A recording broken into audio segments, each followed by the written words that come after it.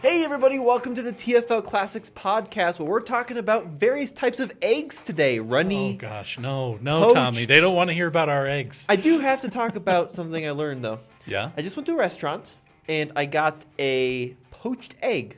There you go. And they told me, they said, we can do it soft, medium, or hard poached. Now, as an egg enthusiast, I have never once heard of hard poached eggs.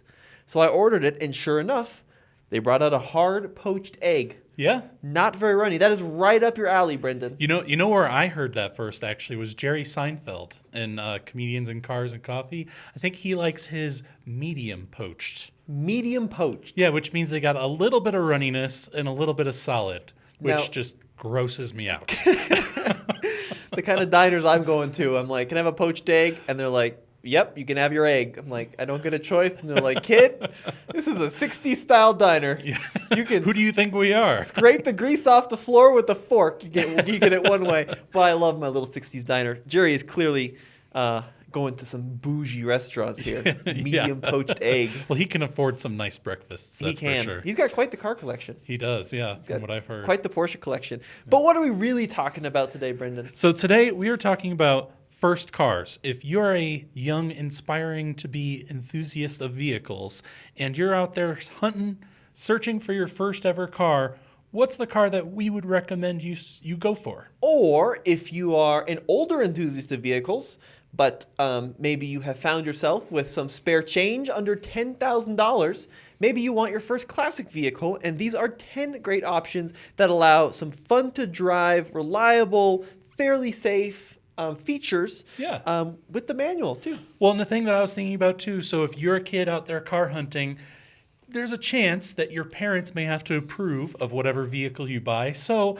I was thinking of cars that are less than 25 years old, so they have some modern or at least semi-modern safety features, like anti-lock brakes and airbags and things like that you can tell your parents, like, look, it's a safe car, yet it's also fun for you to own. Or I would pitch, if you're an older car enthusiast, convince your wife that these are a car that your family could take to the ice cream shop on the weekend. Would your wife be more comfortable with airbags?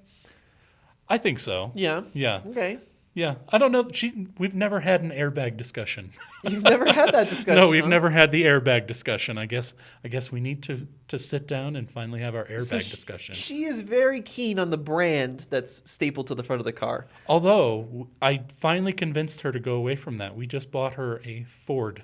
A Ford? A Ford Edge. The Yep. gal that would not be seen in anything without a Lexus or a Lincoln or a Cadillac badge is in a Ford. Is in a Ford. Yep. We sold her Acura MDX and got her into a Ford Edge because she's not really a car enthusiast. She just wanted all the bells and whistles. And I told her, honey, if you want all those bells and whistles in a newer vehicle, you got to go with a lesser brand, or at least not a bougie brand, so that way we can afford it. And did she get all her bells and whistles? She got all the bells and whistles. Yeah, what'd you get in this Edge? I mean, we've got adaptive cruise control, heated steering wheel, heated and cooled seats, the little kick thing to open the rear hatch, and pretty much everything you could get on a modern car. Is she going to use those features?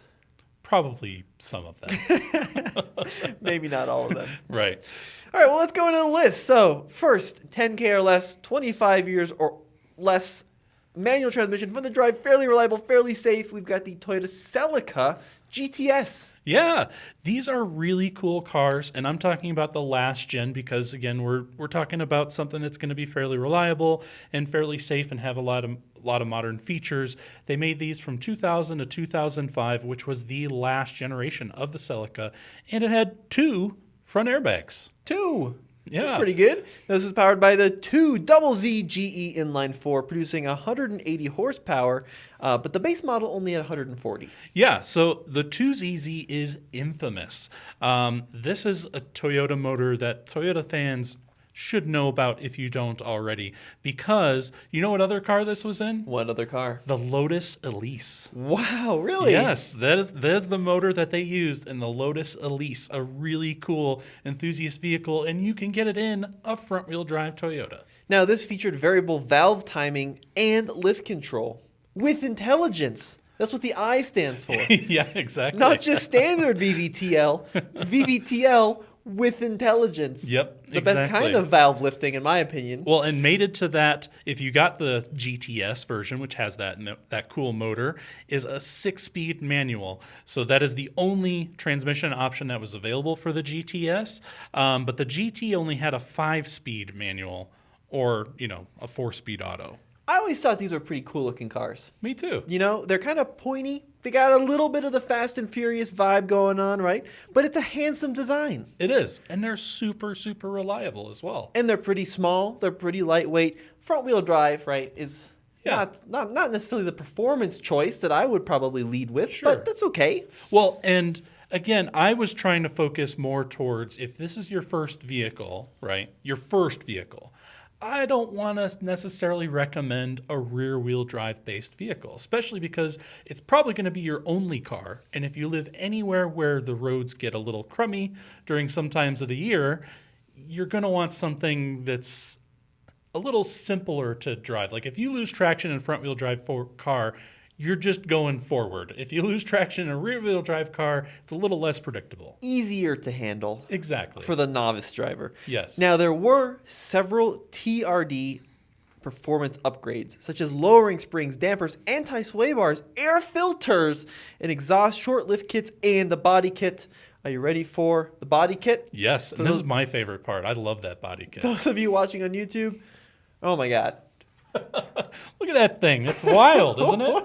It's so cool. It comes with this huge rear wing, an updated front fascia, lower side skirts that make it look a little bit lower. It's just, it went full Fast and the Furious. The rear wing pushing down on the rear wheels on the front wheel drive car.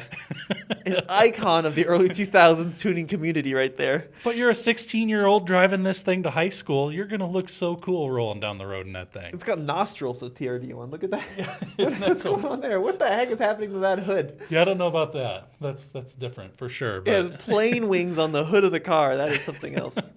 So other vehicles kind of in the similar realm, right? You had the MR2. Yeah. Which in the last generation was also kind of not much appreciated nowadays, but pretty cool. Yeah, absolutely. And MR stands for mid-engine rear-wheel drive. And convertible. Yep. In this case, yeah. Exactly, yep. So the last generation of them. And what's interesting is actually the Celica and the MR2 were both discontinued the same year. Boy, that must have been a sad year for Toyota. Now, I'm looking at the sales numbers here. They sold 50,000 in the year 2000. Pretty good. 3,000 in 2005. Yeah, it's kind of a shame. It just, I guess I can't blame Toyota for them canceling these off because the sales just fell off of a cliff. So what are we thinking value-wise on one of these Celicas? You can definitely, it depends on the condition, it depends on the year and the miles. But you can definitely find these easily in really nice shape for less than $10,000. And I think there are a few GTSs out there, maybe a little ragged out in the under $5,000 range even. Wow. Yeah. That's pretty good. Now, let us know what you think of the Celica GTS because I think it's a great choice. A car I think about almost not at all. But now I do because I would be interested in one of these, even as just a standard car enthusiast. I've got a couple of my friends in the autocross community that have the last generation of the MR2. Yeah. So everyone wants like the early ones, right? Like the wedge cars. Sure. Or the later turbos. And then the last gen kind of got this reputation as being a little bit of a hairdresser's car. But let me tell you what, like a late MR2 on sticky tires is such a fast autocross car. Oh, I can imagine. Crazy quick. Yeah, I've never gotten an opportunity to drive one of those. I've only ever driven the second gen MR2s, but Did you like it? I love that thing. Did you really? Those are so cool. Oh, that's interesting. Yeah. Very interesting. So before we move on to number 9, I got to ask. Brendan has a daily tradition, the Gran Turismo in his underwear tradition. He wakes up, rolls out onto the couch, and plays half an hour Gran Turismo. Yep. What did you race today? Today I raced an engine-swapped 1970 Dodge Challenger RT that I put the Hellcat motor into. Nice. Yeah. And what track? You remember the track? It was Trial Mountain. Yep. Oh, wow. I did a race on Trial Mountain. Did it work? Yeah. Did you win? Well, I had to put sticky tires on that thing because it just wanted to break traction wherever. But yeah. Do you race online or do you race against the computer? Oh God, no. Anytime I race online, it's just humiliating. I Really? just do terribly. So Really? I'm like, I'll just race the computers because I know I can beat them. I like in those games just taking like a completely crap handling car like an early 70s Challenger and sticking the largest engine in it and then picking like a really fast track where like I fall so behind on the turns, but then the straight comes and they just go past everybody. I always thought that was a lot of fun. That is a lot of fun. And there is something I actually forgot on a different subject. Of this list, I just bought one. One of the 10 cars. I bought one of these 10 cars yesterday at the auction. I'm not going to reveal which car it is yet. You'll have to listen to the end to see exactly which one it is, and maybe you guys can guess. I'm going to try and hide my excitement for said vehicle. But I put my money where my mouth is, and I went out and I bought one of these 10 cars yesterday. Are you excited about it? I'm very excited about it. Nice. Okay, so I'm going to guess as we go through the list, try and figure out which one of these he bought. This is a pretty big plot twist here. And then at the end, we will reveal which one not only would we choose, but which one did we choose? Because Brendan actually bought it. That's very exciting. Yeah. So number 9 on the list, coming in with a car that we recently did a video on over at TFL Classics, the Acura RSX. Yeah, and not just any RSX. I think for under 10K, you can get the Type S, which is the best version of the RSX. We sold one on our website, tflbids.com, and it sold for $10,900, but we're talking a pretty pristine example with super low miles that sold for $10,900. So if you get one that's got a little bit higher miles, maybe a rip in the seat or a few clunks and rattles going on with it, you could definitely get a Type S for under $10,000, and the regular standard RSXs can be pretty easily had for under $10,000. So I will admit, I am not very familiar with the JDM community from like the late 90s, early 2000s. It's just a world I've never really gotten into. But after doing the video with this car, I really think that there's a lot of cool vehicles in this segment, and I'm kind of starting to explore them a little bit more. Front-wheel drive, right? Yep. But this uses a legendary Honda, I think K-Series, right? Yeah. Is the engine in the RSX Type S? Yeah. It's a 2-liter 4-cylinder. So the standard RSX put out about 160 horsepower, still pretty peppy. But if you got that Type S, it was either 200 or 210, depending on what year you got. And it came with a 6-speed manual and then upgraded brakes, suspension, and what I really like is those 17-inch Anki wheels. Oh yeah, that they put on them. It's just so cool. I love the seats in this thing too. You had these like really tight buckets, which just felt so good to sit in. And the manual transmission. Honda's always been known for their manual transmissions, but this has got to be one of the best ever. It was just so tight and precise. I thought it was rad. And what did it drive like? Was it pretty fun to drive? It was super tight to drive. Honestly, it felt. I mean, we're both Mini Cooper people, and I would say it was on par with Mini Cooper handling in an Acura, which is, I just don't know that you can get that anymore. This basically replaced the Integra, known as the Honda Integra everywhere else besides the U.S., and it was basically sold as the Honda Integra elsewhere in the U.S., but we only got it as the Acura RSX. But these are just such cool cars. They are cool. I think they're really neat now. And yeah, pretty reliable, right? They go for a lot of miles. It's hard to find one that's not been super messed with. It is. Which is why this one over at TFL Bids was really a cool find.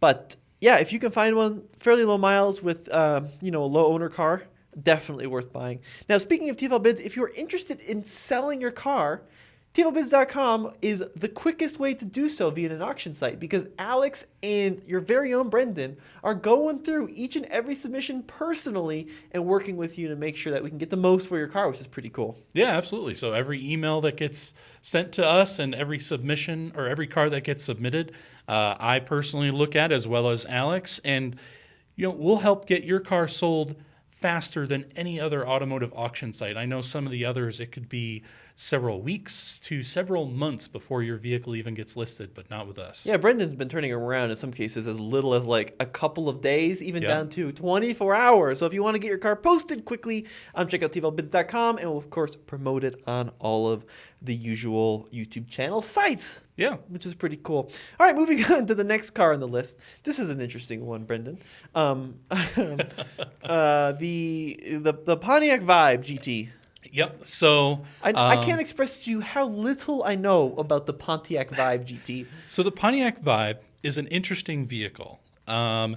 It was a car that was it was built with Toyota. Toyota made the Matrix, which underneath is essentially the same car, which is also basically the same thing as a Toyota Corolla, but you get a hatchback versus a sedan. So you get a little bit more practicality. And because this has the Pontiac badge on it, they tend to be less valuable than the Toyotas. So that's why I went with the Pontiac version of it. And if you got the GT version, this actually had the exact same motor that's in that Toyota Celica GTS and the Lotus Elise. That's very cool. Yeah. I didn't know that at all. Yep. What I do know about this car, it was such a big and substantial and important vehicle for General Motors because they built it in collaboration, like you said, with Toyota. Yep. This was a big shift for General Motors to improve their quality. Built in the same factory, actually, in NUMMI, which is in Fremont, California. Yep. Isn't that where they build the Teslas now? It is. Yeah. Isn't that the same spot? Yeah, and it's because they canceled the Vibe. And when they canceled the Vibe, that was the last General Motors car built in that factory. And so it sat dormant until Tesla bought it. I think this car was a little ahead of its time, right? So it came out in the early 2000s, and it's kind of like a lifted hatchback with all-wheel drive. Right. And nowadays we would market that as an SUV, and they would sell 900 million of them every single month. Right. But this car was a little too advanced, right? That was still in an era when everyone was buying sedans, Camry, Accord, Malibu, right? But they still sold a lot of these cars. I still see them around, and typically with super high mileage. This is actually a really good first car. I didn't know about the GT model, though. Yeah. So, I mean, the basic versions, you could get them with all-wheel drive, or you could get them with just the standard 1.84 cylinder, which had 130 horsepower. You could get them with a manual, but the GT's exclusively, just like the Celica, with the 6-speed manual transmission. And did you know when it came out, it was the most fuel-efficient vehicle that GM had in their entire lineup? Except for the EV one that used no fuel. Well, yeah. No, I didn't know that. That's interesting. Yeah. And it's got the Toyota reliability. It's not the... Well, it's a pretty good-looking car, I guess. Yeah, it's not bad, especially in GT form because it comes with a little bit better aerodynamics. I think the wheels are pretty interesting looking and a little bit of a rear spoiler there too. I think they're cool cars. I think a lot of people don't realize when they're going down the road that you could have them in a quick hot hatch, which is kind of how I see them, as they're like a hot hatch. And believe it or not, these were just as fast as like a GTI back then, except way more reliable. 180 horsepower. Yeah. It's a lot of power. For sure. For a small car. Another car that was really ahead of its time. You remember the Suzuki SX4? Oh, yeah. The little tiny hatchback, but it had all-wheel drive, and it sat off the ground, and it had the manual transmission and an all-wheel drive lock button. That thing was super rad. The only thing is, I've been actually looking for one of those. I've been trying to get one. They're very hard to find. I see them at least once a month. There's one at the auction. But every single time I get in one, it doesn't run right. Oh, I don't know if they're just not reliable or if they have poor ownership. Well, I think they tended to fall into the hands of people that just didn't care. Yeah. Yeah, they just didn't care, and they wanted a cheap car that would be disposable. And that's why you see a lot of issues. And Makes every sense. single one I've driven has run pretty well, but the interior and the suspension and all the wear items are so far beyond what they should be. Yep. Where it's like, I'm not going to buy this thing and need to put $2,000 into suspension components. Like, the car is worth $4,000. Right. But the Vibe can be had for well under $10,000. It can be had for well under $5,000 or $6,000. Oh, yeah. Absolutely. Yeah. Or the Toyota Matrix if you want. Yeah, they're Toyota badge. essentially the same vehicle. It's just the Pontiacs tend to go for a little bit less. So that's why I put it on this list. But either one, you'd be well served. They're going to be a great, great vehicle for a long time. Well, you know what it's time for? Yeah? It's time for an ad. Oh, boy. And we are working with our new software. Okay. So I'm not so sure that it's going to work. Well, it seemed to work at least once last time. Okay, but this is a new week. Okay. Here at TFL, many things go wrong on an hourly basis. So Well, stick with us, everybody. We're going to be back to the list briefly, but when you listened to the ad, was there like a little like tune that went into it? no. Like a little like riff, like da da da da. Maybe we should come up with a tune. Okay. Yeah? Da da da da da da da da. Ad. Okay. Are you back with us? Thanks for watching the ad. I hope that nobody left. Yeah, I hope so too. I bet a lot of people left. I mean, if you didn't leave, you're in hang for on. a treat because we're going to move on to number 7. That's right. That's right. We can move on right to number 7. Yeah.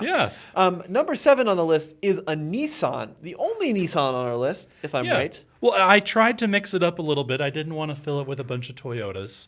In fact, I only put one official Toyota on this list. The rest were just rebadged as other brands. You've got a lot of rebadged Toyotas Yeah. on this list. Yeah, I wanted to diversify our list a little bit. So this one is a Nissan Sentra SER Spec V. Now these were built on the 5th generation of the Sentra platform, and the Spec V version was available from 2002 to 2006. Yeah. This was from the era of Nissan when they would have a make and a model name, and then they would add a series of letters after it, and then a spec, and then another letter. Yeah. It was definitely a thing. I remember when I was a kid, like I would play, I think it was Gran Turismo 3. Okay. And they had all the Silvias. Oh, yeah. And there were like 19 different specs. I know, and they all looked the It was same. like A spec and N spec and V spec and S spec, and they're like different prices. And as a kid, like I don't know what any of that means. Yeah. Right. This one's purple and this one's green. Like why is this one twice as expensive? This one's got like 2 more horsepower than the other one. But right? I think that in some ways, especially for American consumers, that hurt them because a lot of people saw the Sentra and was like, oh, it's just an economy car. But then the SER was special, and then was the Spec V even more special above an SER? Yes, it Wow. was. So the Spec V only came with a 6-speed manual, That's whereas it. the SER you could have in an automatic or a 5-speed manual.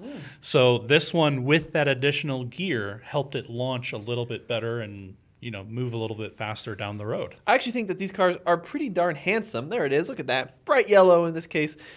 They've aged really well. I think so too. I remember seeing these all the time, like 10, 12 years ago. Not necessarily the SER, but like the standard Sentra. And then overnight, gone. Yeah, they're just like disappeared. you no longer see them How anymore. does that happen? I don't know. I feel there's like a lot of cars that happened with. Yeah. So, like Ford Explorers. I used to see first and second gens all the time. Not and now anymore. gone. It's weird. Crazy. Yeah. But tell me about the Spec V. What are we looking at? So this has a 2.5 liter 4-cylinder, putting out 175 horsepower through that 6-speed manual. And then not only that, but they gave it a little bit more aggressive suspension. They gave it a front strut tower brace, some firmer springs, revised shock dampening, a whole bunch of different things that added a little bit of zippiness to the vehicle. And I think really the ones to get are like the 2002 and 2003s, because they have, as we've got image behind us if you're on YouTube, they have a little bit more aggressive styling on that front end, whereas the 04s, they kind of went with kind of like a basic look on the front end that I don't think looks quite as good, but they're essentially the same vehicle. I loved the SER badging on the side of this. That Yeah. was really cool. Really like very Japanese. Is cool. 4-piston Brembo brake option starting in 04. Pretty serious stopping power. And yeah, I'm totally on board with these. Small Yeah. car. It's going to be pretty reliable because it's got that Nissan baked in DNA. But they just, I don't know. Well, this is another car I think that was bought by people that were not maybe kind to their vehicles. Yeah. Yeah, there's a lot of them out there are going to be tuned to the limits of their Right. capabilities and have been thrashed and beat on pretty hard. So if you can find a good one out there, I would jump on it for sure, because sure. there's just not many of them left. So here's another question. I like this topic idea. Maybe we'll do a Okay. whole other episode. What are some other cars that seemingly disappeared from the road? Oh, gosh. You know, I don't like they know. used to be everywhere and then they're Yeah. nowhere.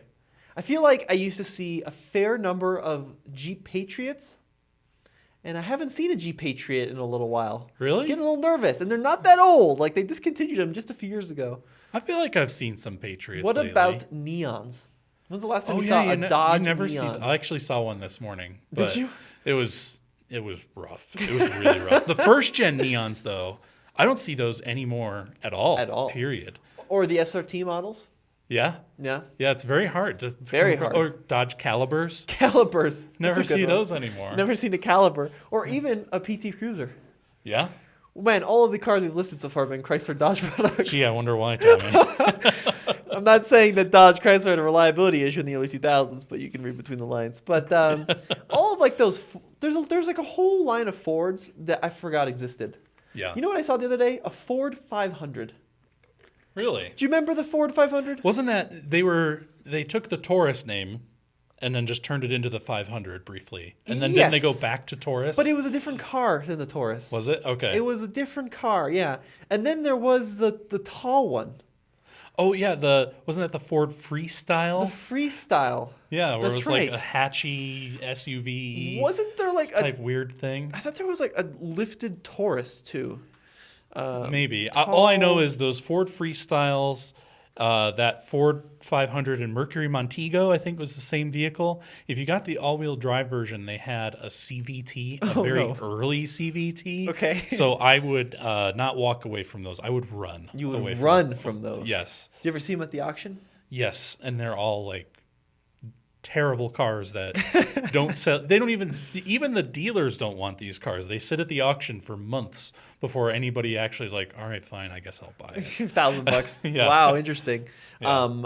That's very interesting. I didn't know that they had a CVT. Yeah. Yeah, the Freestyle, that was it, and the 500, and I feel like there's one more I'm missing. Yeah, like I feel like I used to see a lot of early, oh my gosh, my brain, Focuses.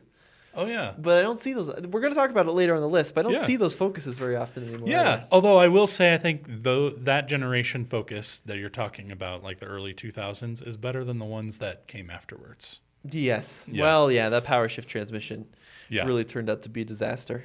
Anyway, so moving on to number 6 on the list is a 1-year only vehicle called the Mazda Protege, but not just any Protege. I'm going with the Mazdaspeed Protege. Very rare car. Yeah. Based on the Familia platform, starting in 01, was called the Protege MP3 with sport tuned suspension, 17-inch racing heart wheels, a 10 horsepower game to 140, and racing beat catback exhaust with only 1,500 of those made. Yeah, of the MP3. And I think a lot of people were just kind of like, meh, when the MP3 came out, because It was a terrible name. Yeah, it's a terrible name. It's like it's the way that people listened to music back then, and they're like, we're going to turn this into a performance trim package for a car. Right. It's just kind of a weird decision. So they quickly followed that up in 2003 with the Mazdaspeed Protege. And did you know, Tommy, this was the first ever Mazdaspeed vehicle? I did not know that. Yeah. Wow. There weren't many of the Mazdaspeed vehicles, but this was the first. And I secretly have kind of always wanted to own like a collection of Mazdaspeed vehicles. They only ever made, I think, 4 Mazdaspeed vehicles. So they I wanted had to own one. the 3, Yep. the 6, the other 3, the later 3, Right. the Protege, and the Miata. That's it. Wow. Those are the only ever Mazdaspeed vehicles. That's interesting. I have never in my entire life seen a Mazdaspeed Protege. Yeah, this is another vehicle, the Mazda Proteges. I used to see it all the time. I don't know that I've seen a Mazdaspeed Protege on the road either. It's going to be probably one of the harder ones to find on our list, considering they only made it for 1 year in 2003. Good looking little car though. Yeah, it's a good looking vehicle. Now, could you get the Protege Speed version in a hatchback, or was it sedan only? It was sedan only. You could get the Oh, regular okay. Protege in hatchback. Right. I've seen a few of those. Yeah. And those are cool. But the Mazdaspeed was exclusively just a sedan, and they all came with this cool-looking body kit, including that rear spoiler on the back, and they only made 4,500 of them for the entire world. I love the rear spoiler once again on the front-wheel drive car. That was the thing in the early 2000s. That's iconic. Yeah. Classic. Absolutely. I think this is a great choice. 170 horsepower was a ton in the early 2000s. Yeah. I mean, this outperformed, I think, the Civic Si back then. Right. With a turbo. It also would work at elevation. Exactly, yeah. So they basically took that same 130 horsepower 2-liter 4-cylinder that they were putting in the Protege and slapped a turbo on it. 7-speaker audio system with a subwoofer. Yeah. So you could bang those early 2000s musics. You know? Absolutely. And it had the a factory limited slip differential, too. So if you want to do some drag racing, While this is listening to the one. Kesha, There that's you the go. one right there. I love these Mazdaspeed vehicles too, especially the early ones like this. And even any Mazdaspeed vehicle is just so outlandish. You know, was. it's like they saw what the competition was doing, and they said, "Let's just add 40 more horsepower and then not make it go around a turn." You know, it's like it can torque steer into the tree. That's fine. We're just gonna make this thing absolutely crazy. Yeah. Which is so the new. I just drove the new Mazda 3 Turbo. Okay. So it's not called the Speed anymore. It's just a 3 turbo. It's got all-wheel drive, and it's way faster than the older 3. Okay. But it's so much more tame. You know, Really? like it's just comfortable and quiet and refined, and it goes around a turn and it's all-wheel drive. But like you get into like an older Mazdaspeed 3, and you're just like holding on, and it's like blah blah blah blah blah, you know, and it's wild and crazy. Yeah. The new turbo Mazda is such a good car, love it, but it's just not crazy enough. We need that speed name to come back. I agree. I really miss that Mazdaspeed name, and I really wish that Mazda would bring it back because these are just so cool to have. So you can get a different option from the Toyotas and the Hondas and, you know, Volkswagen. Yeah, and the Volkswagens.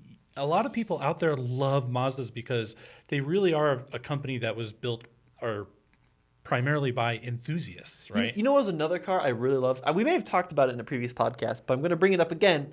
So Chevrolet had a couple of small hatchbacks, like 5-10 years ago. There was a Spark, right, which was a Daewoo essentially. Yeah. And then there was a Sonic. The Sonic could be had in a turbo, and Yeah. it was never like highly publicized. It wasn't like Sonic Double SS with the, you know, it wasn't like its own trim name. It may have been called like Sonic RS. I don't remember. I think it was the RS Turbo. But the RS Turbo Sonic with the manual transmission, and Chevrolet offered a performance exhaust, thing was a ripper. It was so fun, Yeah. right? And nobody considered it because it was like the budget Chevrolet, right? Everyone wanted the Golf GTI and whatever. But the Sonic Turbo, ton of fun with the manual. I think that's generally what happens when these manufacturers that aren't normally known for making a performance vehicle decide, let's dip our toes and make something fun for the enthusiasts out there. And then the enthusiasts just go, no thanks. Yeah. And then it just dies. And then us enthusiasts are just left like, oh, well, why'd you kill that thing off? Well, because no one bought it. You know what I just learned? Speaking of GM from that era, I was just reading an article, I think it was on The Drive, and some podcast interviewed Lutz, right? Yeah. And he had some interesting things to say. So did you know the C7 Corvette, so the last generation Corvette, which everyone loved, Right. was developed for $270 million, which sounds like a crazy amount of money. But for a car, that's really, really, really cheap. Sure. Because that car was in development during the 08-09 financial crisis. And they had planned to do a mid-engined Cadillac to complement the Corvette, and that was canceled. It was shelved. Okay. So they had to redesign the C6 Corvette on a budget. So they put $270 million into it, and they did a great job.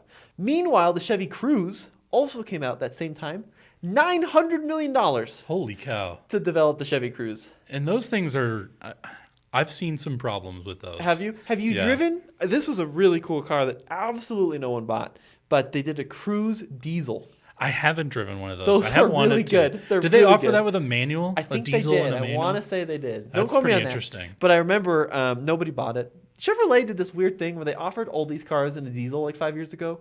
There was like the Equinox diesel. The Didn't they do the Cruze Colorado in diesel as yeah, well? they did. Those sold pretty well. But Okay. like, who's like, I don't want a Toyota RAV4. Instead, I want the same size car, but with a diesel engine. For that's the Equinox diesel. Mazda Yeah. did that too. The Really? CX-5.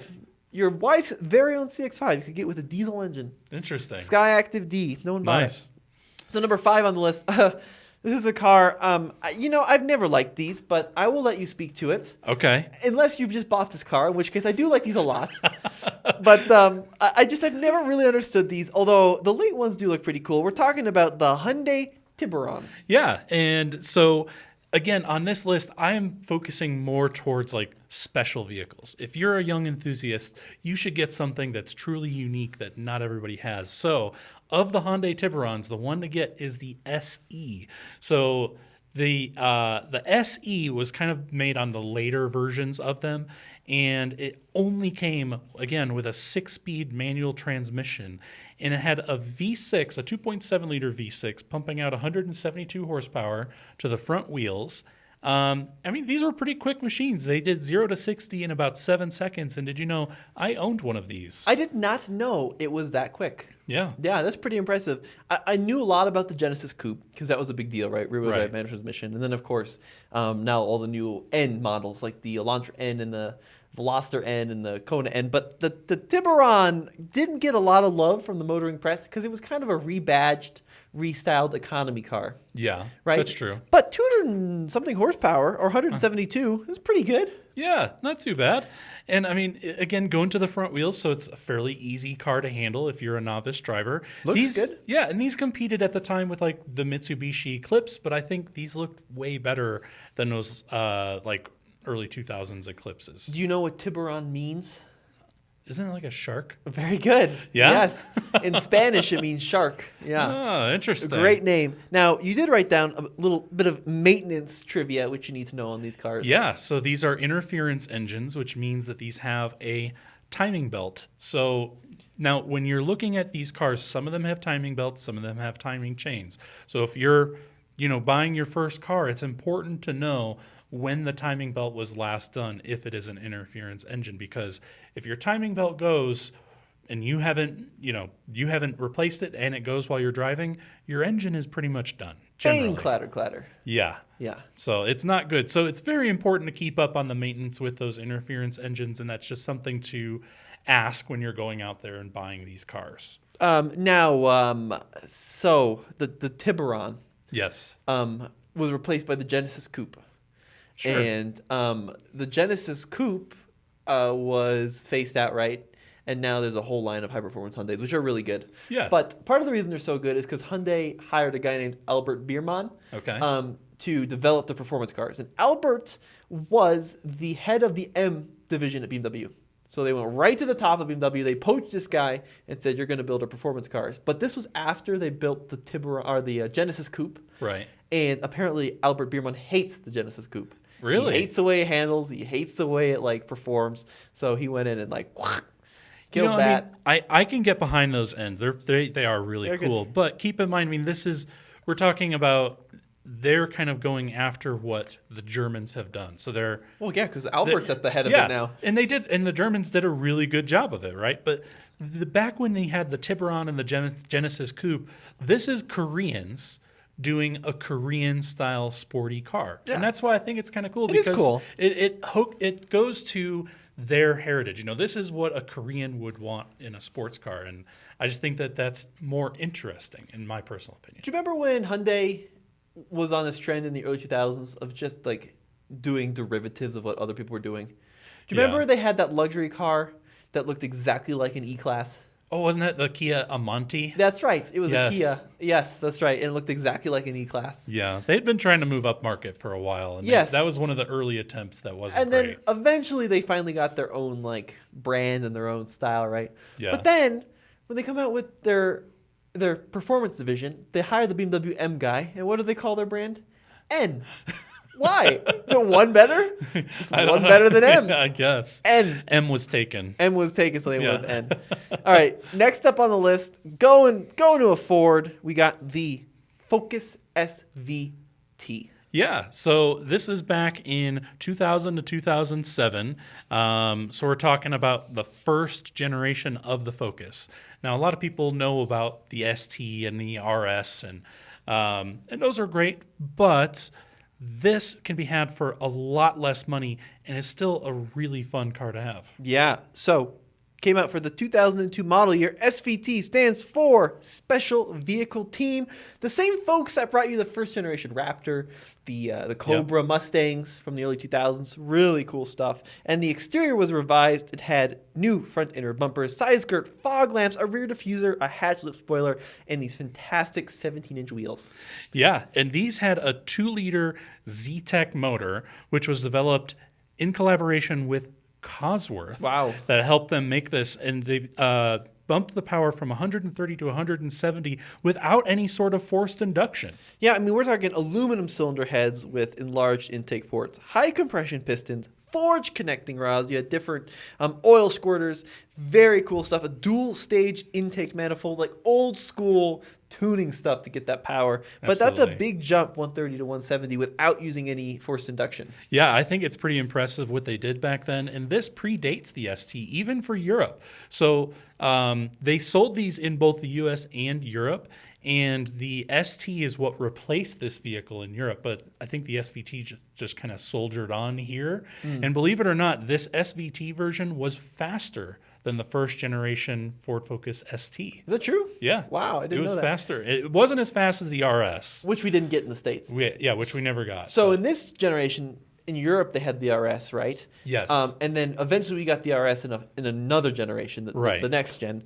But very rare car, these SVTs. I don't know the last time I saw one. Uses the same 6-speed manual as the Cooper S, the Mini. Yep. Now everyone's clicked out because we said the word Mini. Oh, gosh. But much different suspension tuning, bigger brakes, that kind of thing. And the interior is pretty cool as well. Yeah, it had some like two-tone leather that was like leather and cloth, and it was either black and red or black and blue, depending on what option boxes was selected by the person that bought it new. But also there was perforated leather on both the steering wheel and the shift knob, so all the little touch points that you're going to be holding on to were pretty nice to hold on to. Now, here in the notes, you said, was said to be outperforming the 03 SVT Cobra Mustang prototype in testing, and that is why they put a supercharger on it to make the Terminator. Yeah, so Wow. I read a little story about when they were doing the prototype testing for the new SVT Cobra that they were coming out with to replace the Cobra that everybody complained was underpowered. And on a track, I mean, granted, this Focus is not as powerful as that V8 was, right? But on a track, this Focus was outrunning that Cobra that they had in prototype testing. And so they just said, we can't have that, and threw a supercharger on it. So you can thank the Terminator Cobra, which is a super cool and rad vehicle, thank the Focus SVT. That's pretty cool. Yeah. Didn't know that. All right, now before we go to number 3, it's time for another ad break. Okay. So we're going to fade in the music and then cut to ad. Boots and cats and boots and cats and boots and cats and boots and cats. All right. Are you still with us? If you are, thanks. Thanks. Yeah. Appreciate that. Appreciate all the support. And if you do want to support the team, we got to give a huge shout out to our Patreon followers. They make the Classics podcast happen because certainly YouTube ad revenue or podcast ad revenue is not doing it. Yeah. But a really exciting stuff going on Patreon. We got this new social media person, Alex. She's posting like crazy. We got behind the scenes videos. We got behind the scenes posts. We'll interact with you directly. If you want to ask me or Brendan a question, $2 a month on Patreon. We'll get you in touch with Andre or Nathan or Roman or whoever you want to talk to about your car or truck or classics questions. We're here for you, folks. Yeah, and we're really stepping up our game on Patreon because we want to really make it so that it's beneficial for you guys to spend your $2 or more a month on there. And you're getting some behind-the-scenes access, as Tommy said, maybe some videos a little bit earlier than they would normally post on our channels, and then obviously access to us. So if you want to get your question answered on one of our podcasts, go ahead and ask it on Patreon. Absolutely fantastic. Yeah, and we love engaging with the community that way, and we'll answer your questions and all this kind of things you have to talk about on this exact podcast, which is great. But let's go into number 3 on the list Yes. of the top 10. We got the Hummer H3. Yeah, now I didn't want to go exclusively to performance little front wheel drive cars, right? I wanted to give you an option for somebody that wanted to go a little more off-roading. And I think the Hummer H3 would make a great entry-level off-roader for someone that's buying their first vehicle. Couldn't agree more. 06 through 2010. This car came out at the wrong time in history because this was like right as we entered the financial crisis. But loosely based on the Colorado platform. So choices of engines we'll talk about in a second, but they came in both 5-door SUV and 4-door pickup form, the H3T. Those ones are going to be more expensive than $10K, but Sure. the standard H3s can be had for $7-8 all day long. Yeah, absolutely. Now, the chassis was super well designed for off-roading. So it's not just a new top on a Colorado. You could option these with the Adventure Package, which gave you front and rear locking differentials. Of course, a manual transmission. I mean, we're talking about off-road tech that even today comes at a big premium. And not only that, but you alluded a little bit to the engines. And what I think is most interesting is that the entry-level engine on this was a 3.5-liter inline 5-cylinder engine. No, this isn't an Audi. This is a General Motors product with a 5-cylinder engine. And not only that, you can get that 5-cylinder engine with a manual transmission. 220 horsepower, 225 pound-feet of torque. Pretty decent engine. Not like the most reliable or the most refined in the whole world, but not horrible. And you can talk about a 5-cylinder, right? Like that is so weird. But you could also get it with the Alpha. Those are going to be more expensive, but you could get it with the 5.3 V8 with over 300 pound-feet of torque, 300 horsepower. Sure. And if you got the 2007 or newer with the 5-cylinder, they actually bumped it up to 242 horsepower. So in my opinion, that'd probably be the one that I would go for because I think it would still fall within your budget. And you still get the interesting 5-cylinder. You can still get the manual transmission, and you can get the adventure package. So it's got all-wheel drive and the locking front and rear diffs. Yeah. Just a really interesting, cool vehicle. These are awesome, though. 2-speed high and low range transfer case. Can forward up to 27 inches of water. You got recovery hooks. You can get it with 33s and off-road shocks and 4-to-1 low-range gearing. I mean, we're talking Wrangler Rubicon levels of performance in a Hummer for under 10 grand. Really, really great value. Absolutely. Yeah, for sure. All right, number 2 on the list, a car that is surprising, and it surprised me because here's a dopey-looking car you've chosen here. Unless this is the one you bought, in which case, great choice, Brendan. So the Saturn SC, 3rd generation. Tell me about the SC here. What are we looking at? So the 3rd gen was like a 2000 to 2002 vehicle. The thing that I think is interesting about these, I mean, these, let's be honest here. This is probably the cheapest vehicle on the list. Yes. And it's the reason why I put it on here is because it's super fuel efficient. They're surprisingly reliable. Yep. There's plenty of them available. So if you're struggling to find some of the cars on the list, this one's pretty easy to find. And they have a weird, quirky 3rd door. I didn't know that. Yeah. That's really cool. Yeah, they were doing this before Hyundai was with the Veloster, where it made a super easy entry into the back seats. You know, Saturn in the 90s and early 2000s was doing some really cool stuff. They were. You know, they were really pushing the limits, and then they just kind of became rebadged General Motor products before they went out of business. Yeah. But this is actually, it's not a traditional looking car. You know, love it or hate it, but it's definitely polarizing, and it's definitely exciting. And like that stuff like the 3rd door is cool. Not a speed demon. We're talking 0 to 60 in a little over 8 seconds. Yeah, and that's if you got the SC2. Okay. So the SC, here's the difference. So there's the SC1 and the SC2. They both had the same 1.9 liter 4-cylinder, but one was single overhead cam and the other was dual overhead cam. Oh, so if you got the single overhead cam, you're talking about 100 horsepower. If you got the dual overhead cam, it's 124. Still not a lot, but again, this is your first vehicle. So it's gonna be pretty fun, pretty zippy, and this way it makes it easy to go up to the next vehicle. You're not starting off with some 300 horsepower monster, right? It's easy to go up in the future to a 200 horsepower vehicle. Yes. Yeah, and it's going to be pretty reliable. 4-wheel disc brakes. One cool thing about Saturns, which this car included, was the composite materials, the polymer plastics for the roof, the trunk, the hood, all of which were plastic, essentially. Yeah. Right? It also means they fade like crazy. Sure. But it was really supposed to be easy to replace, very hard to dent. That was the whole idea behind that. And then, of course, it used a metal space frame for rigidity. Yeah, so it was an interesting idea. They decided, you know what, a lot of our cars we see with door dings riding around on the road, let's make it so that you can slam your car door into this vehicle and it doesn't matter. They literally had at like the auto shows and things like that, or at dealerships, they would lay one of those polyurethane plastic like door panels on the floor and have you jump up and down on it to show that it won't crack or break. Really? Yeah. I didn't know that. They were really durable things and they wouldn't rust or dent. So it's, I think that's why it makes a really good first vehicle, because let's be honest, you're going to probably bump into some things. And this way, no one will know. Well, no one will know anyways because it's a 20-year-old Saturn. But even if it was new, no one would know. And the other thing that Saturn did is like they were big on like this I think the word was like dick or sticker. So like the whole idea behind it is it was one price. Like you'd go to a dealer, this is the price. That never really ended up panning out to be much, but it was a cool idea. Actually, you've sold me on the SC. I think it's pretty cool. Now, number 1 on the list, totally agree with this car. The Scion TC, the 1st generation.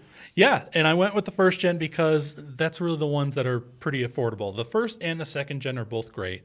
But if you're getting your first car, you want it to be something affordable. They made these from 2005 to 2010 until they came out with the next generation. And this was really kind of considered the spiritual successor to the Toyota Celica. It just has a Scion badge on it, which, as some of you may know, it's basically a Toyota underneath. Yeah, not like a very high performance Sure. vehicle, right? It's definitely based on an economy car, but very reliable, and they looked cool. They had this really cool roof too. Remember, like the glass roof on Oh, these? yeah. They were fantastic. Really those were cool. interesting interior, spunky. I had a neighbor that had one of these in purple. Do you remember the purple that I do. The deep purple? Yeah. Not the band, the color. And I loved it. It was such a cool thing. Pretty good power, 261 horsepower, 162 pound-feet, but it could be had with a supercharger. Yeah, if you at the time went through the TRD tuning house, the in-house tuning company, they had a supercharger that brought that power up to 200 horsepower. So I think if I were to find one, if you were to try and find one, that would be the one to get. But I would imagine those are probably pretty hard to come by. Now, these are hard cars to buy because they were like bought by young people and old people. Yeah. Nowhere in between. None of the responsible car buyers actually bought these. Just super young or really old people that died. On your way in or on your way out? On your way in or on your way out. It's like something like the vast majority of Scion XBs, remember the XB, another fantastic car, were bought by like people over 75 or something. Yeah. It was like supposed to be the youthful car and then only old people bought them. But great car. I love it. Okay. I'm really stoked. Well, I think it's time. We alluded to it earlier that I actually bought one of these 10 vehicles at the auction yesterday. So Tommy doesn't know which one it is yet. So I'd like to know, Tommy, did I reserve my looks here enough to where you can't figure out which one it is? Well, yes, you did a good job of not giving Okay. it away, but let me look through the list here. Let's go through a quick refresher.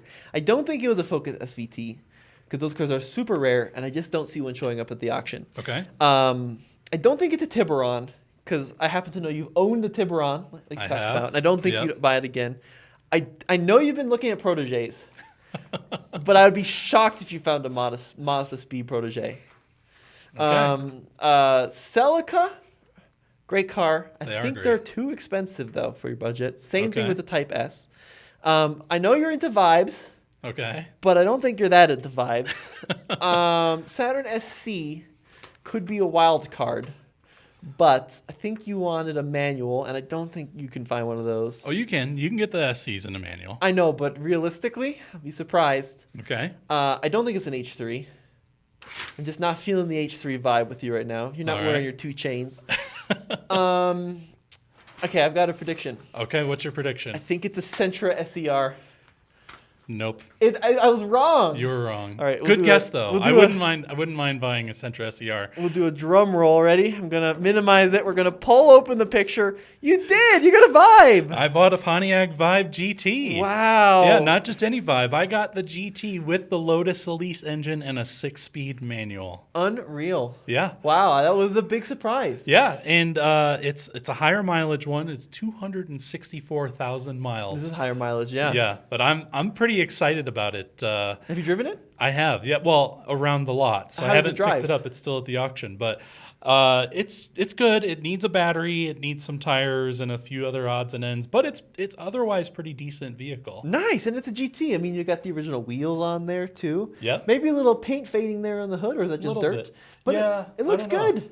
Wow, I'm surprised you got Yeah. a Vibe GT. I'm excited, and I'm sure once I get a few issues fixed on it, we'll do a video on it for classics. Oh, of course. Oh, you got the roof rack too. Yep. Look at that puppy. Oh yeah, we're gonna have to do a full video on the Vibe GT. That thing's rad. I'm excited. Wow, you did a good job of not giving it away. Thanks. Yes, that was one of the vehicles on the list I specifically called ugly. Well, I'm curious though, of the vehicles on the list, what's the one you would have, Tommy? The one I would have,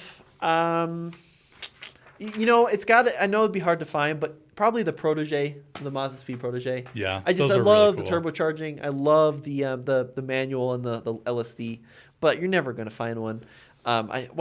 If you were patient enough, you could. But I think that's kind of cool. Although I Yeah. am excited to see the Vibe GT. All right. And if you are also excited to see the Vibe GT, where can people find more videos? Check us out at TFL Classics on YouTube. That's right. We're going to have a full series on the Vibe GT. We're going to Okay. cover the crap out of that car. Sweet. We're going to be the #1 Pontiac Vibe source on all of YouTube. Oh gosh, yes! Please, all of you watch it so we could do videos on it. Because if it bombs after the first one, maybe the only video you see of it. Well, guys, thank you so much for listening to the podcast. As always, if you want to submit a car for auction, tflbiz.com. Yeah, If you want to help us out, where can they go? yeah. Go on over to Patreon again, where we will answer any questions on there that you submit to us, and read any comments or emails that you put up there too. And if you want to be engaged in the podcast, listen to the next one. So we can convince Roman to keep us on the air. It's growing. We're growing it slowly. Yeah, share us around. We want to be one of the best car podcasts out there because I think we're talking about vehicles that vehicles you don't get here talked about anywhere else. Well, in the last podcast I listened to, Jerry Seinfeld was talking about his Porsche 917 race car from the 70s, and not once did he mention the Pontiac Vibe. What the heck? I know. We are real people like you all, where we're talking about cars that you can afford. That's right. Yes. Realistic dream cars. That's what we're all about here. Well, let us know what you think, guys. As always, Tommy. And Brendan. We'll see you on the next one. Take care. Wait, Tommy, we almost forgot. Wait, are you guys still watching or listening? There's one car we forgot to mention. The true winner of the podcast.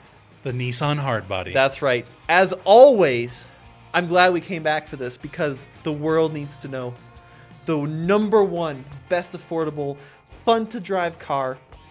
In this case, a truck, but it's just magnificent. The D21 Nissan Hardbody. Y'all need to go out there and buy them. Everyone needs to buy one. That's what you need. That's the winner. Yes. Absolutely. All right. Again, signing off now for real. This has been Brendan. We almost forgot. The fans would be up in arms. Oh, gosh.